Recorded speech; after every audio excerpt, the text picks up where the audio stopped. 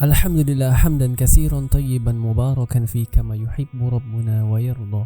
Asyhadu an la ilaha illallah wahdahu la syarikalah wa asyhadu anna Muhammadan abduhu wa rasuluh. Sebagaimana kita alami di kehidupan sehari-hari, which is ketika Allah Subhanahu wa taala menginginkan kebaikan dari seorang hamba, Allah Subhanahu wa taala terkadang sentuh mereka dengan kejadian-kejadian yang mereka alami dalam kehidupan mereka.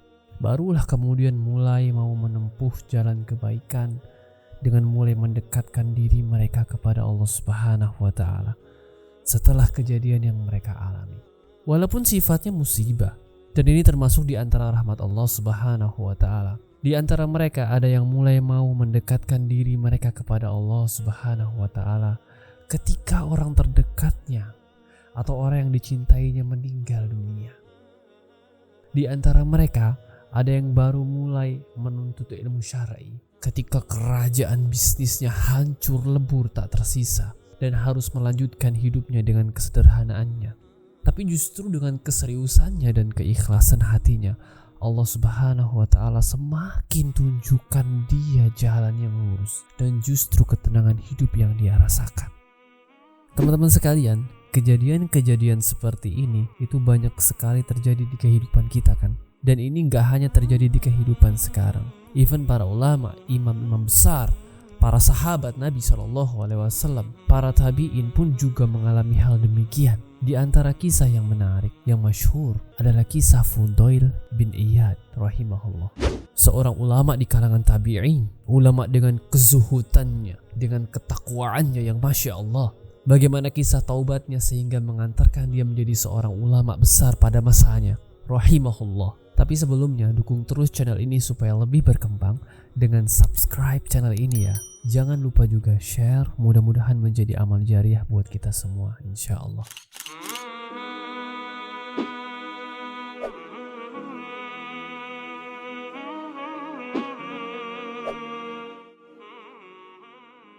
Riwayat ini dari Fadl bin Musa rahimahullah. Dia bercerita, Kanal Fudail bin Iyad, dulunya Fudail bin Iyad itu lisan, seorang rampok bro, begal, nggak nanggung lagi deh, udah. Yaqtu at-tariq, suka ngerampok di jalan, begal kan, biasa ngehadang orang-orang di jalan. Dan masya Allahnya, dia itu termasuk begal yang expert man. Dia nggak butuh teman untuk ngerampok rombongan kafilah-kafilah dagang yang singgah. Sendirian. Dengan itulah dia jadi the best of rampok yang ditakuti pada masa itu. Sebab tobatnya ajib. Dia jatuh cinta pada seorang wanita pada masanya. Suatu malam dia janjian ketemu ame tuh harim. Mau ngapain ya? Ya gitu deh. Pas waktu janjian dia panjat tangga mau masuk nemuin tuh harim. Pas lagi manjat dia dengar seseorang membaca firman Allah Subhanahu wa taala. Alam ya'ni lilladzina amanu an takhsha'a qulubuhum li dzikrillah wa ma nazala minal haqq. Belumkah tiba saatnya bagi orang-orang yang beriman agar hati mereka lebih takut, lebih tunduk kepada Allah Subhanahu wa taala atas kebenaran yang telah diturunkan kepada mereka. Gemeter men, ketika Fudail mendengar seseorang baca ayat tersebut, dia itu mengatakan, Qal bala ya Rabb, sungguh benar ya Rabb, qad'an, sungguh sekaranglah saatnya aku bertobat kepada. Akhirnya dia gak jadi manjat ketemuan sama tuh harim. Dia pergi. Ketika dalam perjalanannya makin malam akhirnya dia mampir di sebuah khirbah. Khirbah yakni reruntuhan bangunan yang udah gak kepake. Dia mau istirahat di tempat itu. Kebetulan di tembok sebelahnya Fudail ini ternyata ada dua orang yang lagi istirahat dari melakukan perjalanan. Yang satunya bilang ke temannya, ayo cepetan bro, keburu ada Fudail, kena rampok kita ntar. Padahal si Fudail ada di balik tembok sebelahnya. Pada saat itu si Fudail makin terketuk hatinya. Dia mengatakan dalam hati, malam ini aku berjalan menuju maksiat kepada Allah Subhanahu wa taala. Sementara di jalan yang lain orang-orang banyak yang sedang takut kepadaku. Ya Allah, Allahumma inni qad tubtu ilaik.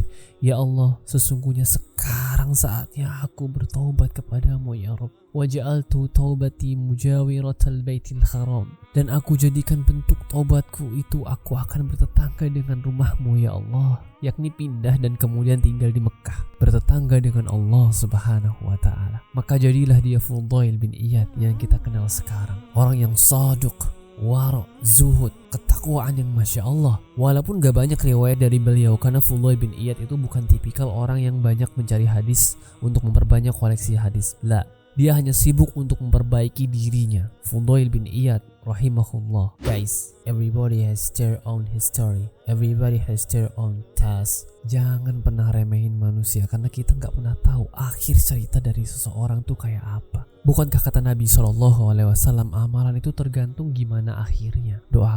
Doakan keluarga yang masih belum mengenal agama. Doakan teman-teman yang masih berkutat dengan kelalaiannya. Mohon kepada Allah Subhanahu wa Ta'ala, Zat yang memberi taufik. Semoga Allah Subhanahu wa Ta'ala selalu mengistiqomahkan kita di dalam iman dan Islam. Allahumma ya muqallibal qulub sabbit qulubana ala dinik. Allahumma ya musarrifal qulub sarrif qulubana ala ta'atik. Barakallahu fikum. Assalamualaikum warahmatullahi wabarakatuh.